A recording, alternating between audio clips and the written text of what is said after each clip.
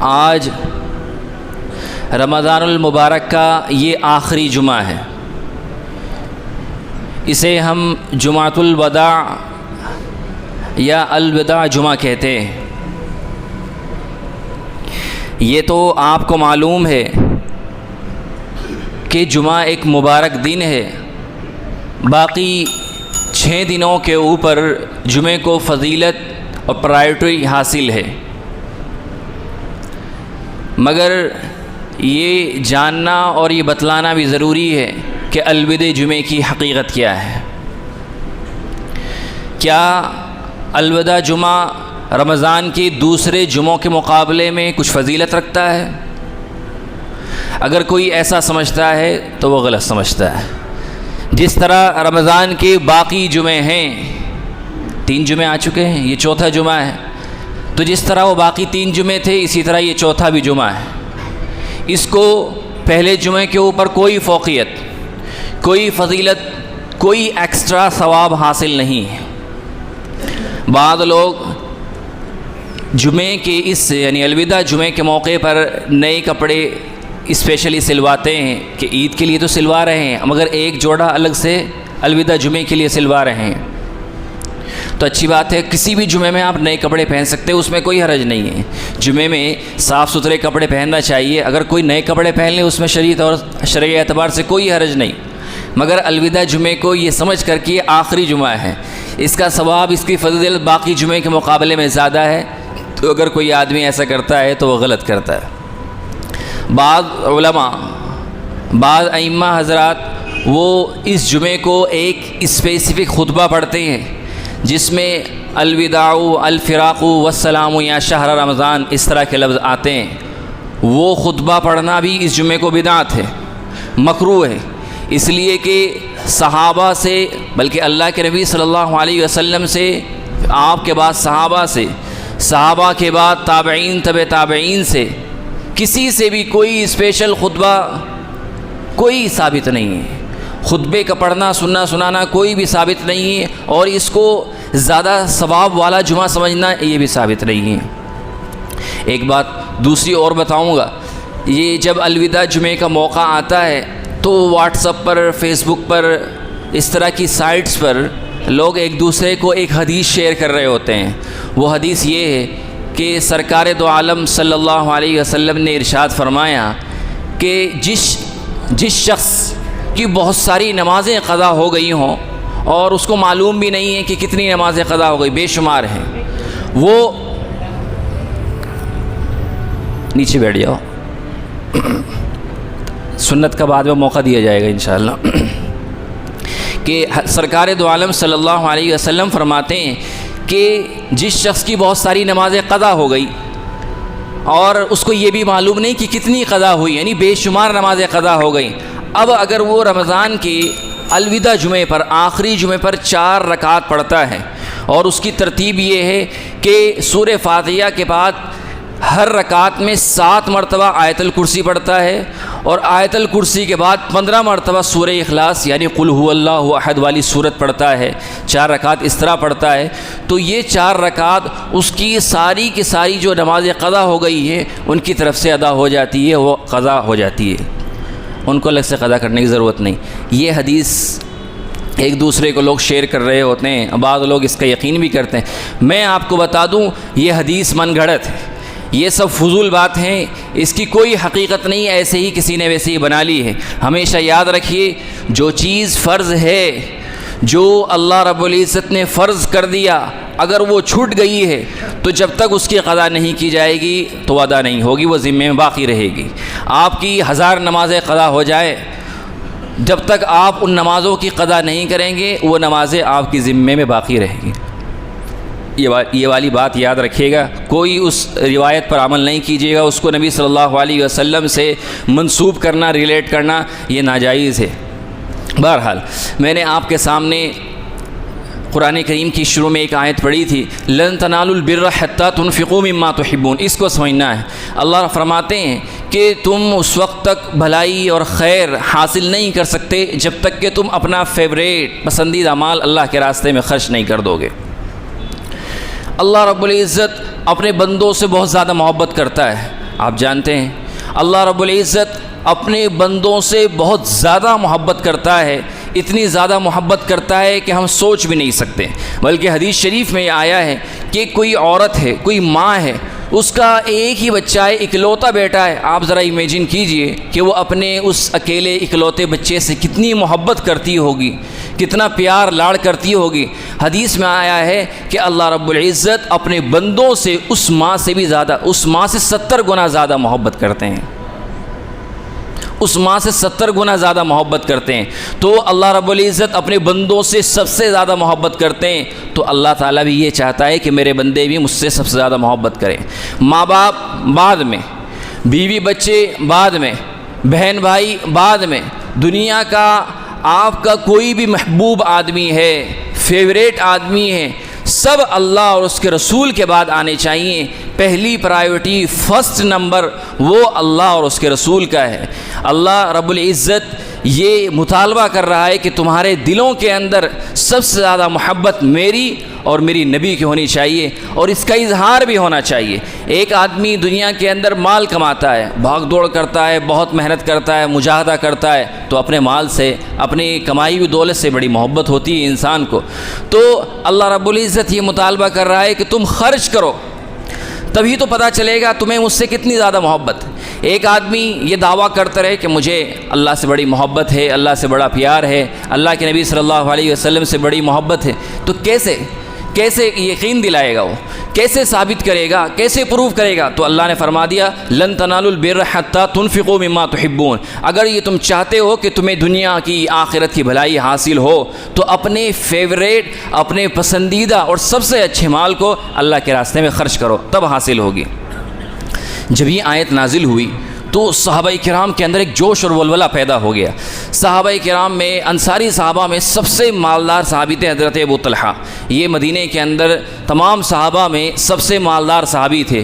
ان کا ایک باغ تھا جو مسجد نبوی کے بالکل قریب تھا، اس کا نام تھا بیرحاء۔ بہت شاندار باغ تھا، بڑا زرخیز تھا، اس میں کھجوروں کی بڑی پیداوار ہوتی تھی، پلس اس میں ایک کنواں بھی تھا جس کا پانی بھی بہت صاف ستھرا تھا۔ اللہ کے نبی صلی اللہ علیہ وسلم بھی اس باغ میں موقع پر تشریف لے جاتے تھے، کھجور بھی کھاتے تھے اور پانی وغیرہ بھی پیتے تھے۔ جب یہ آیت نازل ہوئی تو وہ دوڑ کر آئے کہ اللہ کے نبی ایسی آیت نازل ہوئی، میرے تمام مال کے اندر سب سے زیادہ فیوریٹ، سب سے پسندیدہ مال یہ باغ ہے، میں چاہتا ہوں کہ میں اللہ کی محبت میں، اللہ کے راستے میں اس کو قربان کر دوں، آپ اس کو میری طرف سے قبول کر لیجیے۔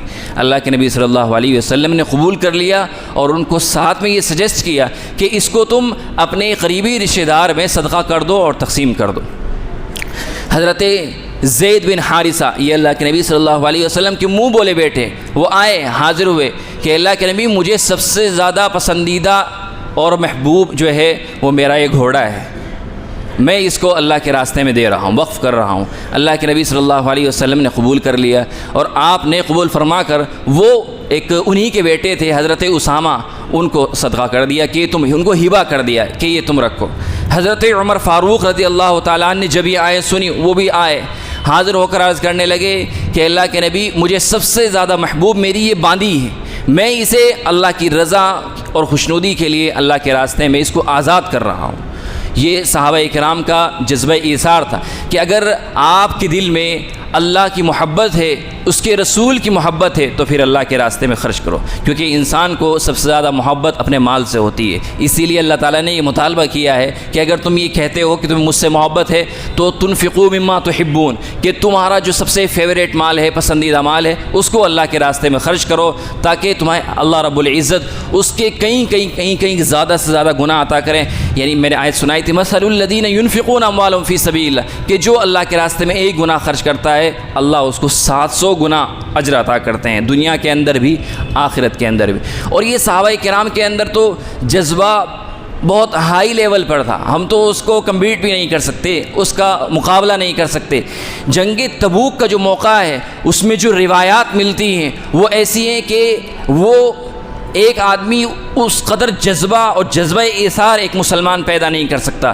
جنگ تبوک کا موقع وہ موقع تھا کہ جب مدینہ کے اندر قحط پڑا ہوا تھا، مدینہ کے اندر قحط پڑا ہوا ہے، کھانے پینے کی چیزوں کی بڑی تنگی ہو رہی ہے، اور پلس دوسری طرف سے ایک لشکر کھڑا ہے دشمنوں کا، وہ حملہ کرنے کے لیے تیار ہے، اس سے مقابلے کے لیے جانا ہے۔ ایسی سچویشن ہے تو اللہ کے نبی صلی اللہ علیہ وسلم مسجد نبوی پر ممبر پر کھڑے ہوئے، آپ نے لوگوں کو سمجھایا اور ترغیب دی اور چندے کے لیے کلیکشن کے لیے اپیل کی کہ بتاؤ کون اللہ کے رسول صلی اللہ علیہ وسلم کے لیے خرچ کرنا چاہتا ہے۔ سب لوگ اپنے اپنی گنجائش کے لحاظ سے لے کر آئے۔ حضرت عثمان غنی آپ کے داماد ہیں، بڑے بزنس مین تھے، بڑے تاجر تھے صحابہ کے اندر، وہ کھڑے ہو گئے کہ اللہ کے نبی میں 100 اونٹ ما ساز و سامان کے اللہ کے راستے میں دیتا ہوں۔ اللہ کے نبی نے ان کی حوصلہ افزائی کی، ان کو دعائیں دی، وہ بیٹھ گئے۔ اللہ کے نبی نے پھر دوبارہ اپیل کی، حضرت عثمان غنی پھر کھڑے ہو گئے کہ اللہ کے نبی میں 200 اونٹ ماں ساد و سامان کے اللہ کے راستے میں دیتا ہوں۔ اللہ کے نبی نے انہیں دعائیں دی، انہیں اپریشیٹ کیا اور دعا دے کر وہ ان کو بٹھا دیا۔ پھر اللہ کے نبی نے تیسری مرتبہ اپیل کی، حضرت عثمان غنی پھر کھڑے ہو گئے۔ حضرت عثمان غنی نے عرض کیا اللہ کے نبی میں 300 اونٹ ماں ساد و سامان کے اللہ کے راستے میں دیتا ہوں۔ اس طرح الغرض بہرحال حضرت عثمان غنی نے 1000 اونٹ ماں ساز و سامان کے اور مزید 1000 سونے کے سکے دینار وہ اللہ کے نبی صلی اللہ علیہ وسلم کی خدمت میں پیش کی۔ یہ حضرت عثمان غنی کی سخاوت تھی۔ حضرت عثمان غنی بڑے آدمی تھے۔ حضرت ابو بکر، حضرت عمر کہتے ہیں، ان کی روایت ہے کہ میں اس وقت فائنینشلی کافی اسٹیبل تھا، میری حالت بہت اچھی تھی، میرا کاروبار بھی ٹھیک ٹھاک تھا، مگر ابو بکر کی حالت اچھی نہیں تھی۔ یہ حدیث سنی ہوگی آپ نے، مگر ابو بکر کی حالت اتنی زیادہ اچھی نہیں تھی۔ تو میں نے یہ سوچا کہ آج تو میرے پاس اچھا موقع ہے، میں زیادہ سے زیادہ خرچ کروں گا اور اللہ اور اس کے رسول کی نظر میں ابو بکر سے آگے بڑھ جاؤں گا، کہ جب سب لوگ مال لے کر آ رہے ہیں تو میں بھی مال لے کر آیا۔ حضرت عمر کہتے ہیں کہ میں نے اللہ کے نبی کے سامنے مال رکھ دیا۔ آپ نے فرمایا کہ عمر کتنا لائے، کتنا لے کر آئے، کتنا چھوڑ کر آئے؟ تو حضرت عمر نے جواب دیا اللہ کے نبی گھر کا آدھا مال لے کر آیا ہوں۔ کانفیڈنٹلی کہہ رہے ہیں کہ گھر کا آدھا مال لے کر آیا ہوں اور آدھا چھوڑ کر آیا ہوں۔ آپ نے ان کو دعا دی، ان کی حوصلہ افزائی کی۔ حضرت ابو بکر کا نمبر آیا، آپ نے حضرت ابو بکر سے پوچھا کہ ابو بکر تم کتنا لائے؟ تو ابو بکر نے عرض کیا کہ اللہ کے نبی جھاڑو دے کر آیا ہوں، جھاڑو سے صاف کر کے آیا ہوں، اور گھر میں صرف اللہ اور اس کے رسول کو چھوڑ کر آیا ہوں، سارا مال لے کر آیا ہوں۔ حضرت عمر عرض کرنے لگے کہ میں ابو بکر سے کبھی آگے نہیں بڑھ سکتا، میں ابو بکر سے کبھی آگے نہیں بڑھ سکتا۔ ایک اور حدیث اسی موقع پر ملتی ہے، وہ میں نے خود نہیں پڑھی، میں نے دارالعلوم دیوبند کے اپنے ایک بہت بڑے استاد سے سنی۔ وہ فرماتے ہیں کہ جب اللہ کے نبی نے یہ اپیل کی تو ایک صحابی تھے، ان کا وہ معذور تھے، ایک ہاتھ سے معذور تھے، ایک پیر سے معذور تھے، تو ایک پیر اور ایک ہاتھ سلامت تھا، مگر ایک ہاتھ ایک پیر ان کا سلامت نہیں تھا۔ جب اللہ کے نبی نے اپیل کی تو وہ بھی گھر گئے، دیکھا کچھ نہیں ملا، تو مگر دل کے اندر جذبہ ہے کہ مجھے اللہ کے لیے، اللہ کی محبت کے لیے کچھ نہ کچھ خرچ کرنا ہے، جو میں کر سکتا ہوں مجھے کرنا ہے۔ تو ایک یہودی کے پاس گئے اور اس سے کہا کہ کیا کچھ کام مل سکتا ہے، کچھ مزدوری ٹائپ کا کچھ کام مل سکتا ہے؟ اس نے کہا کہ فی الحال تو نہیں ہے، بس ایک کام ہے، وہ شاید تم سے نہیں ہو پائے گا، کہ باغ کے اندر کنویں سے پانی کھینچنا ہے اور پانی کھینچ کر باغ کے اندر ڈالنا ہے، یہ شاید تم نہیں کر پاؤ گے۔ صحابی نے کہا میں کر لوں گا، میں پوری کوشش کروں گا، تم مجھے مزدوری دینا۔ وہ صحابی معذور، وہ روایات کے اندر آتا ہے کہ وہ پانی ڈول سے کھینچ رہے ہیں، رسی کھینچ رہے ہیں، ایک ہی ہاتھ تھا، ایک ہاتھ سے معذور تھے۔ تو روایت کے اندر آتا ہے کہ کبھی کبھی جب ان کا ہاتھ تھک جاتا تھا تو وہ اپنے دانت سے اس طرح پکڑ لیتے تھے، منہ سے پکڑ لیتے تھے رسی کو تھامنے کے لیے۔ اس طرح انہوں نے پانی کھینچا، کنویں سے پانی کھینچ کر اپنی مزدوری پوری کی۔ مزدوری کے بدلے میں انہیں کچھ کھجوریں ملی۔ اللہ کے نبی صلی اللہ علیہ وسلم کے پاس دوڑتے ہوئے گھسٹتے ہوئے آ رہے ہیں۔ اس سے پہلے کہ وہ اللہ کے نبی کی خدمت میں پہنچے، حضرت جبرائیل اللہ کے نبی کی خدمت میں آ جاتے ہیں کہ اللہ کے نبی فلاں بندہ ہے، فلاں صحابی ہے، انہوں نے اس طریقے سے مزدوری کی ہے اور چند سا کھجوریں اس طریقے سے وہاں سے کمائی ہے، آپ ان کے لیے استقبال کے لیے کھڑے ہو جائیے۔ جب وہ صحابی آئے تو اللہ کے نبی صلی اللہ علیہ وسلم مع صحابہ کھڑے ہو گئے اور آپ نے ان کا ہاتھ چوم لیا اور حضرت جبرائیل نے یہ عرض کیا کہ اللہ کے نبی یہ تھوڑی سی جو کھجور ہیں یہ بڑی قیمتی ہیں، آپ ان کو مسجد نبوی کے اندر جو مال کا ڈھیر لگا ہوا ہے اس کے اوپر رکھیے، تاکہ ان کھجوروں کی وجہ سے سارا کا سارا مال اللہ کی بارگاہ میں قبول ہو جائے۔ یہ ان صحابی کی اظہار تھا، ان صحابی کا جذبہ تھا کہ نہیں، مجھے اللہ کے راستے میں کچھ نہ کچھ خرچ کرنا ہے۔ اور حضرت عثمان غنی جن کے بارے میں نے آپ کو بتایا، ان کی تو بات ہی الگ ہے، میں اور میرے جیسے ہزاروں مسلمان ان پر قربان ہو جائیں۔ حضرت عثمان غنی کے بارے میں آتا ہے کہ جب مکے سے مسلمان خاص طور سے مہاجرین وہ مدینہ شفٹ ہوئے تو سب سے بڑی دقت جو تھی ایک وہ پانی کی دقت تھی۔ پانی پینے کے لیے میسر نہیں تھا، اچھا پانی صاف ستھرا میسر نہیں تھا۔ ایک کنواں تھا بیر روما کا کنواں تھا، اس کا پانی صاف ستھرا تھا، مگر وہ ایک یہودی کا تھا۔ وہ یہودی اس کنویں سے کماتا تھا، وہ اس کے لیے انکم سورس تھا، اس سے روزی روٹی کماتا تھا، پیسوں میں پانی فروخت کرتا تھا۔ اب جو مہاجرین تھے یہ تو بیچارے غریب لوگ تھے، ان کو پانی پینے میں بڑی دقت ہوتی تھی کہ پانی کہاں سے لائے، اتنے پیسے کہاں سے لائے، یہ بڑی تکلیف کا موقع تھا۔ تو حضرت عثمان غنی کو یہ بات پتہ چلی تو حضرت عثمان غنی اس یہودی کے پاس گئے کہ اس سے بھاؤ تاؤ کرنے لگے کہ تم مجھے یہ کنواں فروخت کر دو، کہ بتاؤ کتنی قیمت لیتے ہو۔ وہ یہودی بیچنے کے لیے تیار نہیں کہ میں تو میرے لیے تو یہ انکم سورس ہے، میں کیسے بیچ سکتا ہوں۔ اب حضرت عثمان غنی سوچ رہے ہیں کہ بھائی یہ تو بیچنے کے لیے تیار نہیں، معاملہ کیسے کیا جائے، ڈیل کیسے کیا جائے۔ تو جو مومن ہوتا ہے اللہ تعالیٰ اس کو ایکسٹرا فراست سے اور انٹیلیجنس سے نوازتا ہے۔ تو حضرت عثمان غنی کو ایک ترکیب سوجی، انہوں نے کہا کہ اچھا ہی کام کرو، تم آدھا یہ کنواں مجھے فروخت کر دو، کہ یہ کنواں آدھا مجھے فروخت کر دو، آدھا تمہارے پاس رہے گا، اور اس کی شکل یہ رہے گی کہ ایک دن تم فروخت کرنا، پانی فروخت کرنا اور اپنی روزی روٹی کما لینا، اور ایک دن یہ میرے حصے میں رہے گا تو میں کر لیا کروں گا اپنا کام۔ اس نے سوچا یہ تو بہت اچھی ترکیب ہے، تو اس نے وہ فوراً راضی ہو گیا۔ حضرت عثمان غنی نے 12,000 درہم یعنی چاندی کے سکے دے کر اس کنویں کو آدھا خرید لیا۔ اب بات کی حالت یہ بنی کہ جو غریب لوگ تھے، جو صحابہ تھے، تب سب کے سب لوگ جس دن حضرت عثمان غنی کی باری آتی تھی تو خوب سارا پانی نکال کے اکٹھا کر لیا کرتے اور 2 دن کے لیے پانی سیو کر لیتے تھے۔ اب اس کا جو یہودی کا جو دن آتا تھا تو اب کوئی اس سے پانی لینے کے لیے نہیں آ رہا ہے، کوئی پانی نہیں خرید رہا ہے، اب وہ پریشان ہو گیا۔ اس نے مجبوراً حضرت عثمان غنی سے یہ درخواست کی کہ تم باقی آدھا حصہ بھی خرید لو۔ تو باقی آدھا حصہ بھی حضرت عثمان غنی نے 8,000 درہم میں خرید کر مسلمانوں کے لیے وقف کر دیا۔ آج بھی وہ کنواں موجود ہے اور اس سے کھجوروں کے جو باغات ہیں اس کو سیراب کیا جاتا ہے۔ یہ حضرت عثمان غنی رضی اللہ تعالیٰ عنہ کی سخاوت ہے۔ بہرحال مجھے عرض کرنا ہے کہ دیکھیے اللہ رب العزت اپنے بندوں سے بہت زیادہ محبت کرتا ہے، مگر اللہ تعالیٰ یہ ڈیمانڈ کرتا ہے کہ بندے بھی مجھ سے سب سے زیادہ محبت کریں، اور اس بات کو ثابت کریں، اس بات کو پروو کریں کہ ہمیں سب سے زیادہ عزیز اور پیارا وہ اللہ اور اس کے رسول کی ذات ہے، اس سے زیادہ پیارا اور محبوب کوئی نہیں ہے۔ اس کے لیے اللہ تبارک و تعالیٰ نے یہ کہا لن تنالوا البر حتى تنفقوا مما تحبون، کہ تم اس وقت تک دنیا اور آخرت کی بھلائی حاصل نہیں کر سکتے جب تک کہ تم اللہ کے راستے میں خرچ نہیں کرو گے۔ یہ رمضان کا آخری موقع ہے، ابھی آپ کے پاس موقع ہے، آپ اپنی گنجائش کے لحاظ سے جتنا زیادہ اللہ اور اس کے رسول کے لیے خرچ کر سکتے ہیں اتنا زیادہ خرچ کیجیے۔ اب عید کا موقع آ رہا ہے، صدقۃ الفطر کا موقع ہے۔